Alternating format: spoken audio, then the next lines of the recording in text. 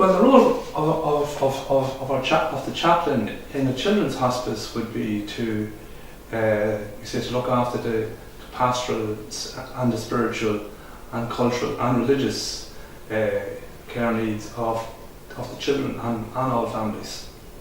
Not in particular any particular kind of child or person or family with a particular faith.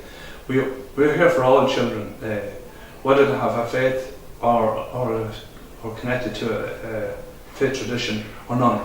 So I suppose the role will be part of our holistic care, that we will be part of a team of professionals, and as I say, my role as a chaplain in a children's hospice would be to give and to offer pastoral, cultural, spiritual and religious care to the children and to families. Obviously pastoral care would be perhaps a little bit more practical care, presence with family, listening to family and the child. Spiritual care would be around all aspects in terms of their spirituality or their meaning or of life, or their journey of life, or their journey through the sickness that they're experiencing. Obviously religious care would be around their religious faith and the religious community that they're part of. And the cultural care would be around their particular culture that they would belong to as well, whether they're from Ireland or from a different culture that we have now in Ireland.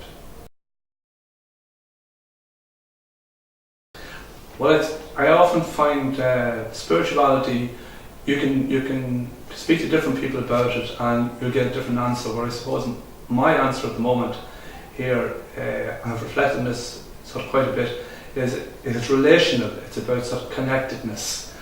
Spirituality, I feel, is about our relationship with ourselves, our relationship with others, I think our relationship with our environment, or the place where we live, and I think for many it is our relationship with God, or a deity, or perhaps a higher power. So that would be my understanding of what actually the spirituality is. What role it has in the hospice setting. I think for many parents and children coming here, their priority maybe at times is not on the spiritual aspects, but would be on the physical, on the medical care needs of their child. So maybe kind of spirituality would be pushed down, like we say, the hierarchical, we say, needs. But as time goes on, as the child goes into a palliative state, maybe end of life, we say the spiritual aspects, we say, sort of emerge and arise, and questions arise. So it's about being present to a family. It's about being, I think, offering good hospitality to a family. And what I mean by that, not just offering them food, but I mean, I think hospitality and spirituality would be around, like we say, the quality of my listening and the quality of my presence with a family, being present to their needs, kind of truly listening to them, creating and forming a relationship with them, and journeying with them on their journey. I think that's an important part. I think also we say, so hospitality would be around attentiveness and sincerity. I think that's an important quality and value that we would look at in spirituality, that we are sincere with parents, that we as chaplains, as spiritual caregivers, are actually genuinely sincere in all our dealings with a child and their parents and family.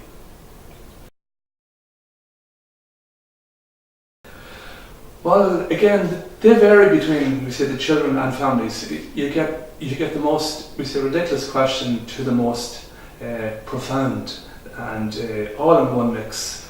You would get some questions as, what is a chaplain? Are you a priest? What do chaplains do? Can I baptize as a chaplain? Have I a parish? What is heaven? And where is it? And what is it about? Who goes there? why do people talk about going up to heaven when we're actually buried in the ground? So there's always those questions of contradictions. But I suppose the questions that I would always ask myself is maybe there's a question around, like we say, my own faith and beliefs and background as a Christian. As a Catholic Christian, I would say that is my background. And just the questions about why the children die, and the whole bigger picture of that, their purpose and meaning of life. What is the purpose and meaning of their lives? And some parents would ask me that question as well. What is the meaning and purpose of their son? Say, for example, John, who has died at the age of 2, or has contracted a life-limiting condition and who is deemed to die. And why? Why us? What did we do wrong? What did we do to deserve this? Or why are we being dealt these cards? And they're very tough questions to answer.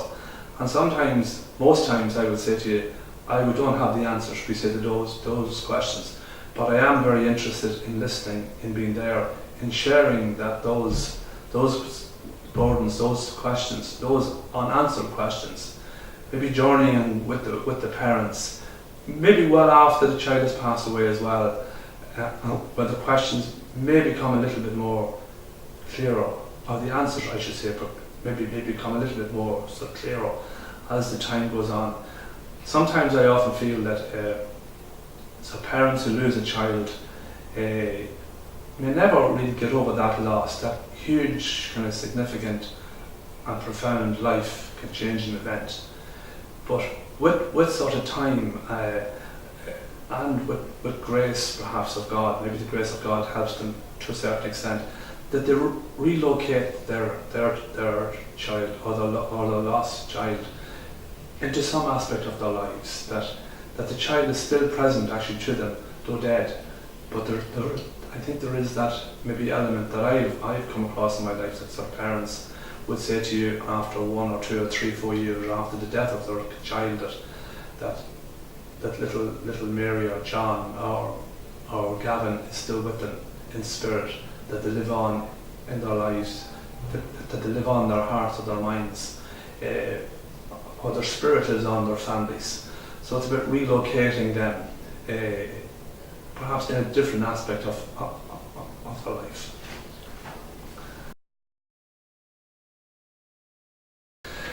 Well, many people who come and use the hospice, many of the families that I would obviously meet and encounter here would either come from, we say, the local parishes or the local church faith, we say, community.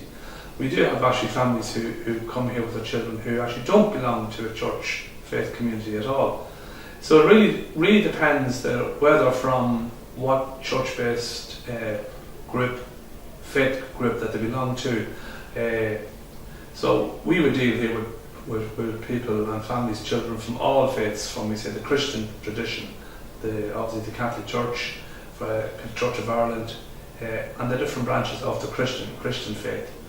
We would also have encountered and worked alongside some children from the Muslim faith and from the Jewish faith as well.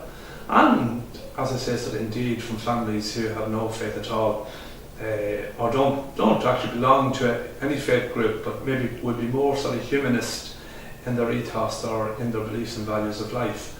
So that wouldn't be a problem at all if families arrive here and say, listen, we don't belong to a faith, or I don't think it's anything for them to be embarrassed about or worried about or ashamed about even, because I think people are people, they're precious. We look upon them, I look upon them as a chaplain. I'm a chaplain to all people, all children, irrespective of their faith or none. So I mean, I often joke to people, I often joke with people saying, even in the sadness of it all, perhaps it's one of the last items we talk about is their faith or religion. We're more interested in the child, in their spirituality, in their outlook of life, in their values of life, rather than the religion which comes afterwards.